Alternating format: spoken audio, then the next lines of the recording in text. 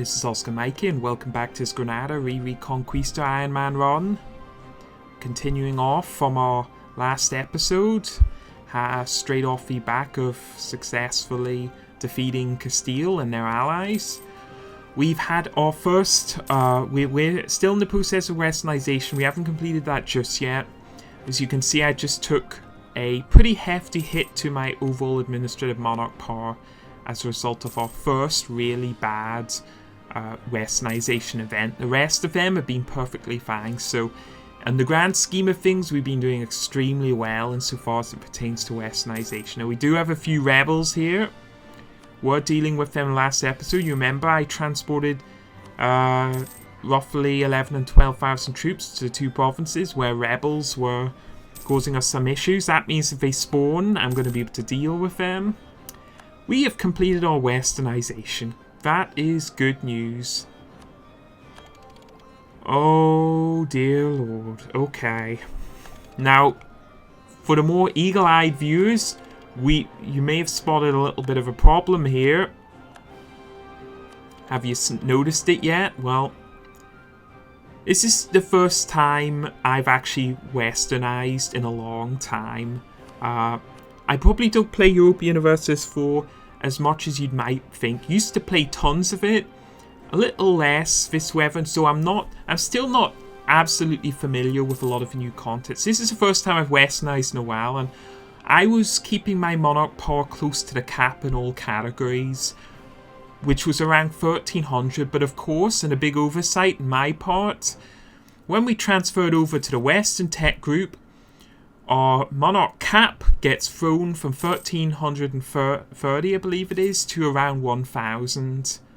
So, to cut a long story short, I just wasted about 600 monarch power.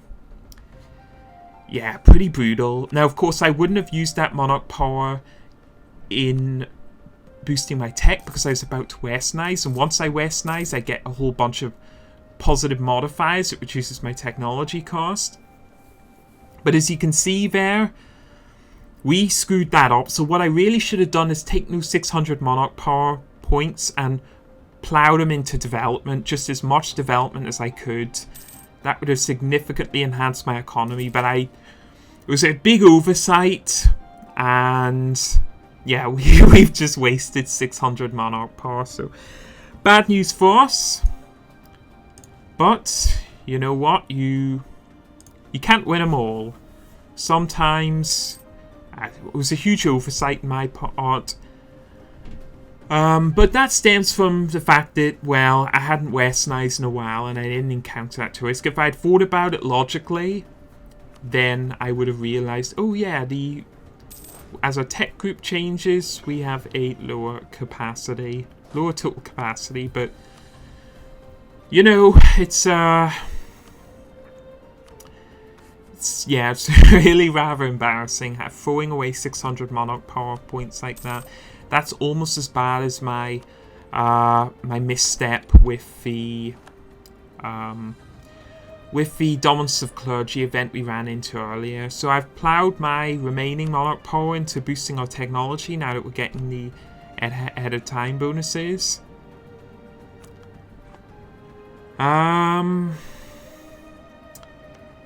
Still though, we've got a few rebels to deal with, and ensuring that we don't waste any time. Once we deal with the rebels, we're going to go ahead and focus on the next target, which is Portugal and Aragon.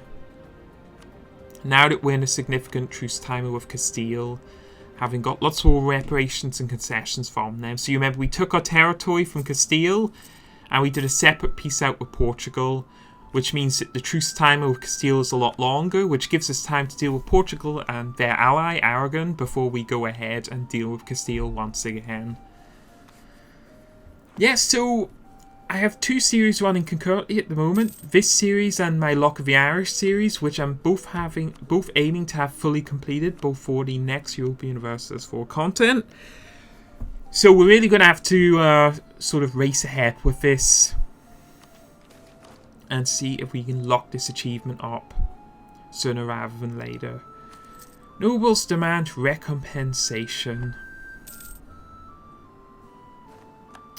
We will go ahead and take the financial hit. Just waiting for these rebels to spawn. Once they do, we'll be able to breathe a bit of relief. So we completed our missionary. Having stationed troops in those two provinces reduces the overall revolt risk. And having done both those things, we have actually reduced the revolt risk to 0. So this is borrowing increases. This, I believe, is an event that triggers when you have high inflation. It's a pretty nasty event, and it costs us about 25 administrative power, basically, every time that fires. So not that bad an event, but it is forcing us to divert administrative monarch power from teching up, which is what we want to conserve it for, to, reducing inflation, which is not what we want. We still do have a few loans left over from that war. We're getting to the point where we can now think about investing in our first idea group.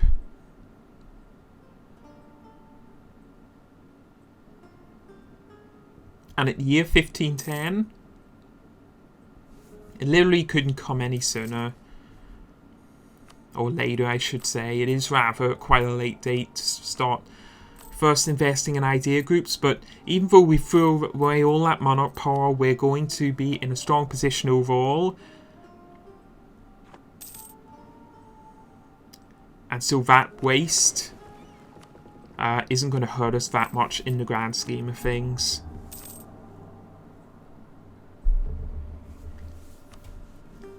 So we still got high power projection. We'll return our troops now. We no longer need them in the Canaries and Arguin.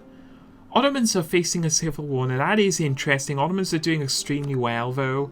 So is Austria and so is France. So the really big powers of Europe are more or less living up to expectations. That's going to make for very much a dynamic late game. So we'll see how that turns out. Oh boy. All that monarch power down the drain. I really am dwelling on that a little bit, but it's something I'll learn for in the future. Expect subsequent playthroughs to learn from that mistake. So let's see how many ships Portugal has. We more or less destroyed their navy in the last war. They have 7 ships. So yeah, that first war really was the catalyst for our late game progression. Defeating their fleets has really expanded our opportunities greatly. Now in the position where we can go on offense, we can declare war more or less at full liberty with the Iberian factions, importing iron. Probably take the military monarch power since we're now behind on that tech. Truce with Castile has expired, truce with Brittany has expired, so that's interesting. That means that we can be declared on by any of the Iberian factions, so we'll have to take note of that.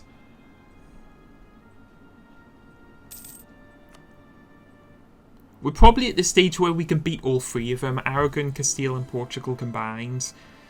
So if they line themselves up, the defensive alliance will probably be able to pick them apart by, again, destroying what remains of their fleet and then opting for the full blockade. Ottomans are in the midst of their civil war, but they... Wow, good gracious. King Enrique de Trastamara, I believe that is. 656. So, I don't know if anyone can confirm this for me, but I have long had a suspicion that faction leaders are not actually randomly generated, especially for the artificial intelligence. I've noticed it oftentimes when nations like Castile are very far behind in tech, having, say, been encumbered with their 000 monarch power. Enrique, their first heir, they had him for about 30-40 years, and they have a really excellent faction leader right after that. So, subsequent to that former heir dying. So I have a suspicion that actually the AI on balance gets ahead of time, better than normal faction leaders. Because, I mean, going from a 000 to a 656, I see that all the time. when they get a bad edit, it's usually compensated for a much better faction leader. Maybe that's just me. Maybe that's just some sort of confirmation bias. So I'm looking for patterns that aren't really there. But I have a sneaking suspicion that faction leaders aren't purely randomly generated. All little cogs and mechanisms working behind the scenes, ensuring that at least the AI can never fall too far. Can never fall too far behind in tech. I know that I'm almost certain that's true for locking nations. It may not be true for other factions, but who knows? It'd be interesting to know that. So I'm going to have to stop thinking about my first idea group. That's going to be a very difficult decision. But we'll come to that later. For now, I'm just marshalling up enough forces, because we aim to declare war on one of probably Portugal, to take the remainder of their islands in the Atlantic. Once we capture those islands, sort of drive a wedge between them and their colonies in Africa, which will allow us to attack them at our discretion. Just taking a look to see, not too heavily invested in buildings at the moment, saving most of our money, but reason why I wasn't able to construct any buildings earlier, of course, is because I was so far behind in tech, I couldn't actually unlock the buildings. You can see we're still not Administrative Monarch level 6, so we can't build the workshops that boost our production. No matter, I anticipate that we will, having just westernized, we'll be able to catch up on tech very shortly, even though we again blundered with our westernization.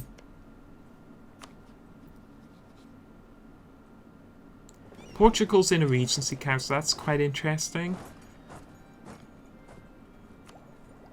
I think the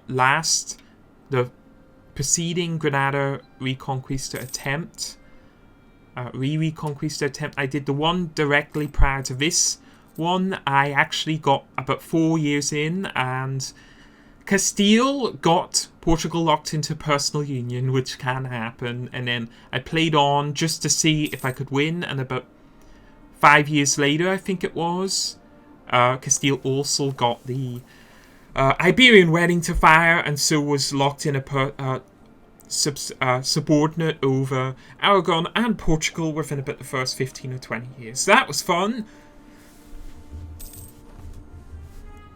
Aha, so we can get our interactions up again. We'll make the most of that. 100 administrative monarch power, 100 military monarch power. And we'll have to keep an eye on our diplomatic monarch power as well.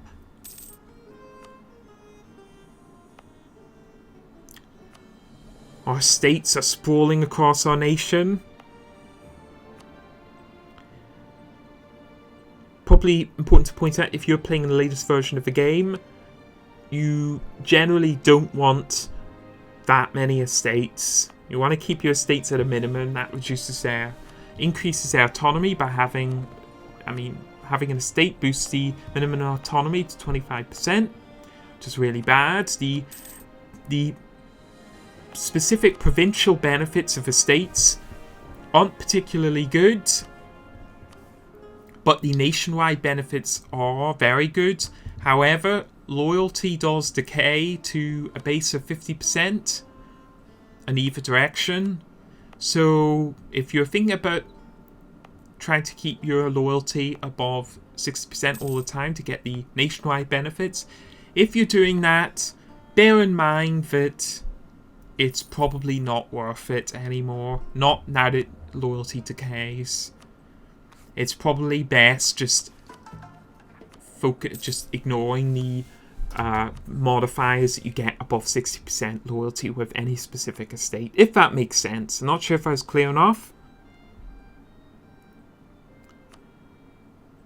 Controversial protectionist increases our mercantilism by +2. We'll take it.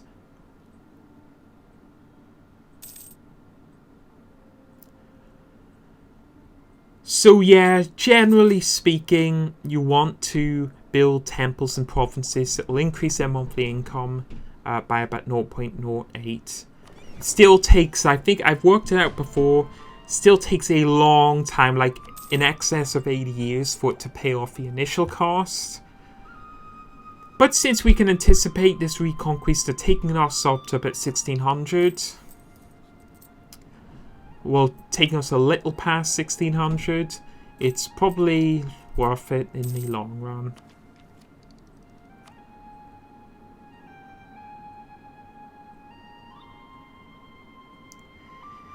Yes, so I always like to go ahead and throw down a administrative idea group first.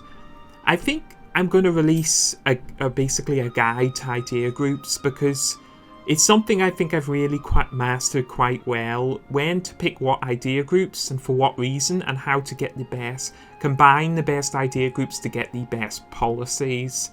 I have been planning actually to release a idea group guide for a long time now. Might do that very shortly, but I'm leaning towards my first idea group being humanist.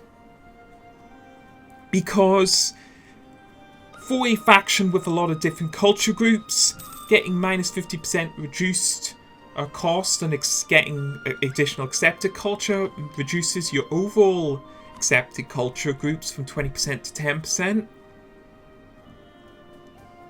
Which is really rather good. Rather good indeed, so that's something to take into consideration. Also, humanist idea groups reduces separatism time by 10 years, reduces revolt risk, increases religious unity, which is excellent if you're playing a Judeo-Christian faction that has the risk of the Reformation happening, which is basically every Christian faction.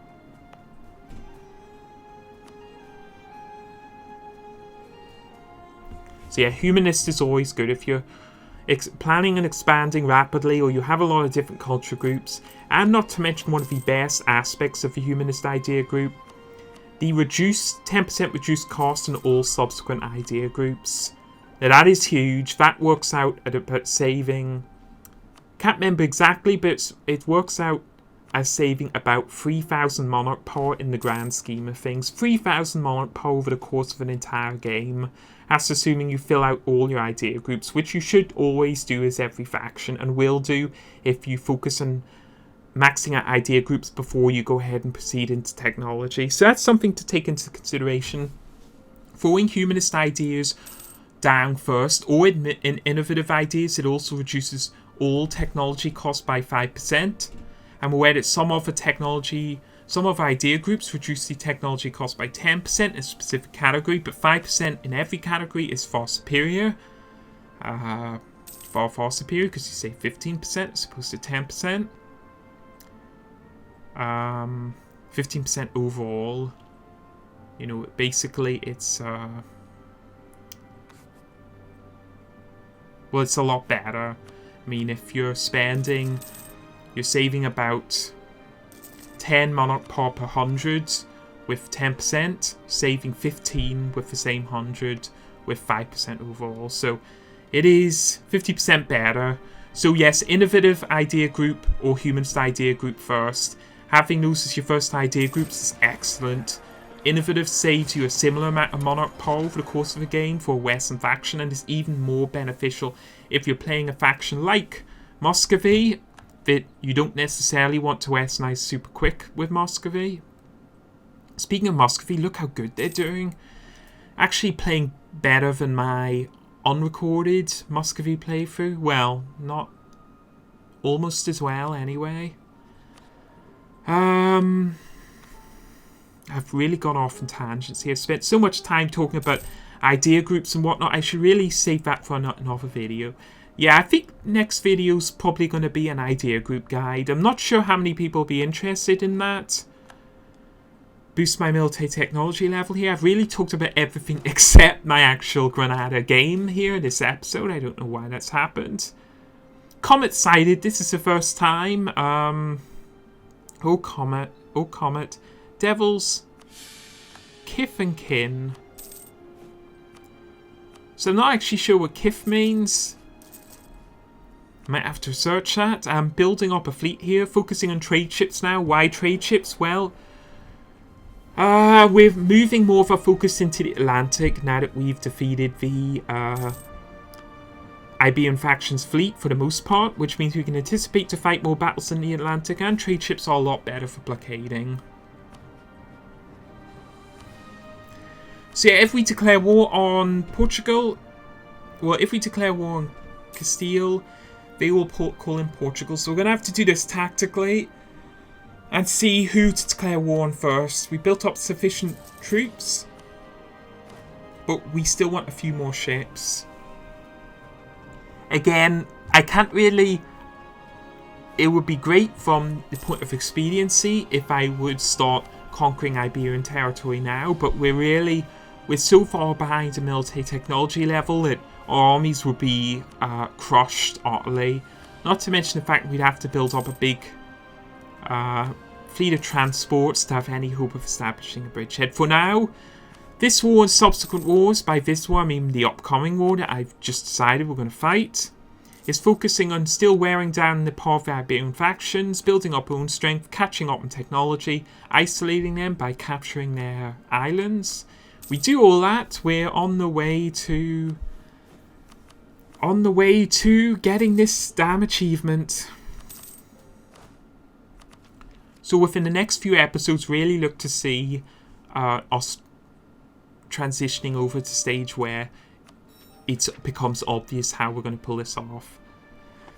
So first idea group is going to be maritime. Why did I make that decision? Well, maritime's a very good idea group. Bearing in mind that there's some good decisions you can take with the maritime idea group that reduces diplomatic technology cost. Military leader died. Well, that sucks, because he was a reasonably good general. Air's reasonably decent, so our faction leader's still pretty good. Above average slightly. Just checking that. So yeah, maritime idea group is a very good idea group. Boosts our naval force limits, and considering the fact that for now we're emphasizing a naval strategy, it sounds like it's the right move to take. I would have gone for humanist idea groups, but I've looked at our air, and considering the fact that we're going to be spending a lot of Monarch power on coring, it's not really an option. We'll probably go for humanist idea groups next. So maritime into humanist sounds good if things work out for us. Always take into consideration both your faction leader and your heir when it comes to deciding on a idea group, because they will determine how much Monarch power you have in each category. If that makes sense, hope it does. If it doesn't, it's insult Castile. So the real reason I'm doing this is to boost my power projection by 5, given the fact it just dropped below to 49.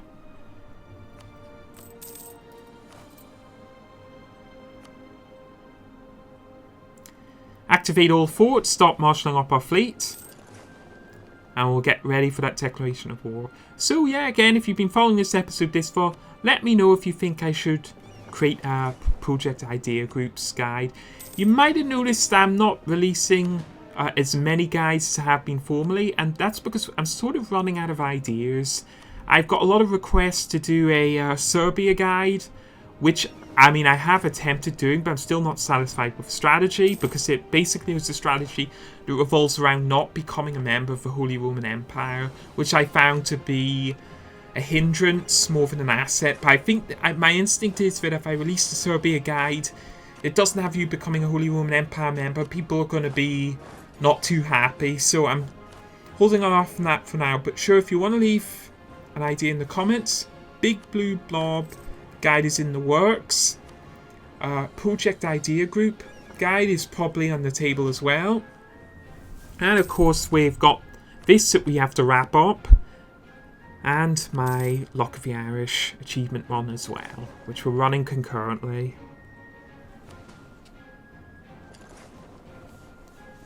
Alright, marshal up my fleet, concentrate my troops.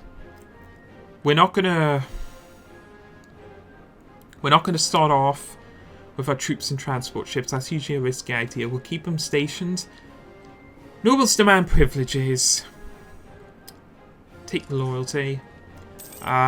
So probably declare war on Portugal here. We'll leave Aragon for later. We want Madeira or Madeira. Don't know how to pronounce that, but that's the last island Portugal currently has in the Atlantic. Once we got all those islands, we'll be in a much stronger strategic position. So I need to hunt down these trade ships. Make sure in the first day of declaration we're able to intercept the trade ships of Portugal at a bare minimum. And Castiles. Trade ships as well. Yeah, someone suggested in the last war I did I should have had one of the other factions, the co-belligerent. But I really was under the impression I wouldn't be able to get enough war score with them. So, if we declare war on Portugal, here's what's going to happen. Aragon is going to answer that call to arms. They have 43 ships, which is a lot. They have the third largest fleet in the world. We have the second largest. However, we have more galleys. We've invested into maritime ideas. We declare war on Castile, we're not going to have Aragon joining the war. So, I have to make a decision here.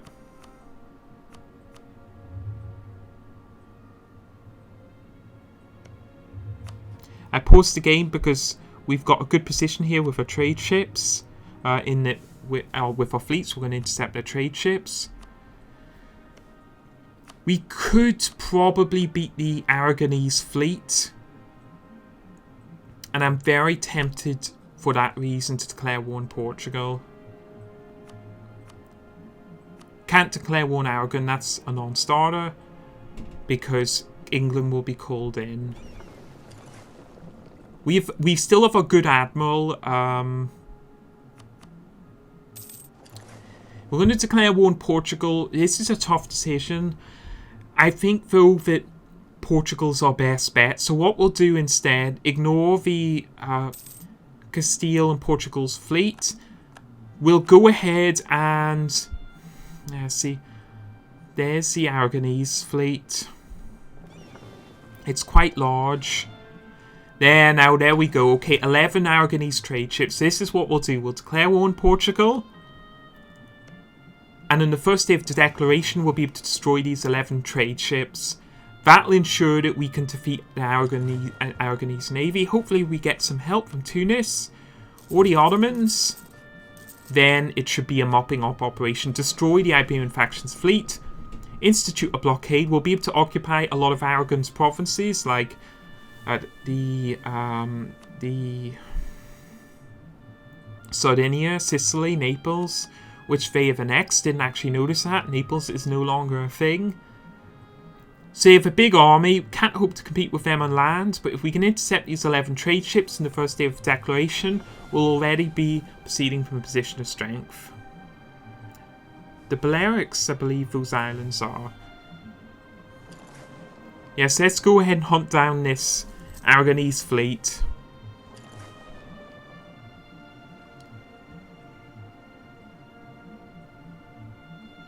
Just concentrating here. Where's it going to go?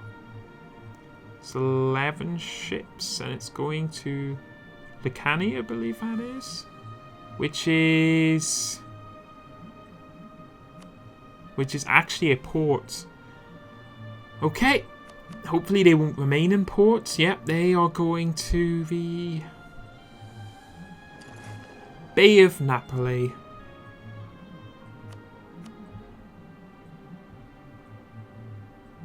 And Cape Bon, so we'll intercept them. Perfect time for a declaration. We've got our entire fleet here. Why my entire fleet? Well, that ensures they're not able to escape with any of their ships. Cape Verde will be a focus. I think it's pronounced Madeira. No matter, we'll call in Tunis. First day declaration. Intercept 11 trade ships.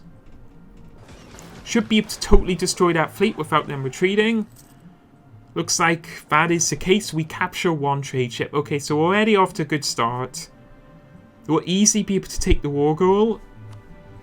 Focus should probably be focus on knocking Aragon out of the war first. Hopefully securing war reparations. So in order to do that, we'll have to destroy their fleet, then launch amphibious landings in their provinces. So I'm trying to intercept all the Aragonese fleets now. They have 7 more galleys here. If I could intercept those, that would be good for us. Not sure if we're going to be able to capture them. Wait until they're... Should have waited until they were movement locked. And they aborted. Yeah, so they aborted their movement. It's bad news for them. That means we're going to catch them. That should hopefully be 7 galleys destroyed. Purely due to the fact that we concentrated our entire fleet there. Yep, 7 galleys destroyed. Another one captured. So that's 18 ships destroyed already. That's about a third of the Aragonese naval strength. Tunis is... And here's the whole Aragonese navy. All the more reason why I concentrated my fleet in the outbreak.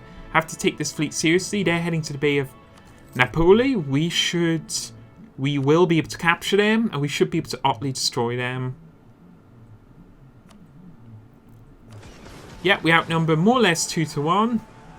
We've got a great admiral left over from our last war, who this admiral has paid off his worth many times over. We've got him for free, basically, so... Looks like we are going to lose some ships, but I mean, we have superior numbers of galleys, which is the most important thing. 3 heavy ships, 25 trade ships, and they have 14 transports. They do have high naval morale, but we still are using the same type of ships here, even though they are higher naval technology. And the Spanish, the Castilians, and the Portuguese still have about 20 ships total, so we're going to have to deal with that after winning this battle. So we lose 2 galleys, destroy 10 galleys and 14 transport ships. So that is, I believe, the... Oh, another one of these decisions. Take the Monarch power. Since we're behind in tech, we're trying to catch up. Yeah, that is... Basically, the entire Aragonese fleet destroyed. All we have to do now is focus on destroying the Castile's fleet and Portugal's fleet. Once we've done that, we'll occupy Aragonese islands and we'll go for the war goal. And it should be just a case of mopping up, burning down the, time modifiers, getting the ticking war score. We do all that, we're on the pathway to victory. And this should be the last time we adopt a sort of peripheral and naval strategy. After this war, we'll be going very much so in the offensive. Now, we can't establish a blockade. I'm almost reluctant to go after the war goal until we have dealt with Castile's fleet. The problem is they currently have an army stationed on Almeria. Or Almeria. No, I think it's Almeria. Which means that we're going to have to come up with a strategy how to defeat their fleet. Which can be done by sending a couple regiments and trying to occupy that province within 30 days. We'll go after Portugal's fleet though, since that is the major threat left over. Are we going to catch it? No, we are not. So I have to keep an eye on that for now. Now, Castile's fleet is on the move. This may be a prime opportunity to capture it.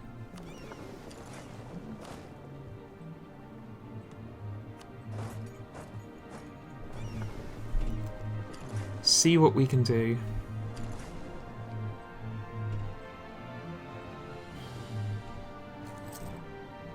So we have 5 transport ships now. We have tabs in the Portuguese fleet. Castile's fleet heading to the Mediterranean to cause some mischief, but we're just using our fleet to screen for our transport ships, make sure we get that landing in the war goal. And once we captured that, we just got a few more things we have to accomplish, such as destroying the Iberian faction's fleet, establishing that blockade, and we'll try and take them out one by one, get war reparations from all of them. That would be really good. Might not be able to get war reparations with Castile because we have no of their provinces to occupy, and we're not going to get enough war score purely through blockading, so that's something to take into consideration. So I'm just occupying the Portuguese islands. I'm going to see now if I can run down this Spanish fleet. 1 heavy ship and 3 trade ships, so we do have to take it seriously. Portugal is going to intercept our 1 transport ship. They're going to destroy that easily. So that's a bit of a nuisance. But we have to divert sufficient resources to deal with Castile's fleet. We can trade one transport ship for totally destroying Castile's fleet. Worth it in my books, put it like that. This battle should go well for us. Yeah, it's going to be a bit of a massacre. Again, that Great Admiral of ours really pulling his weight. Destroy one heavy ship, yeah, so that's Castile's fleet successfully dealt with. All we have to do now is defeat Portugal's fleet. Should aim to do presently. We'll probably be able to use some tactics to lure him in.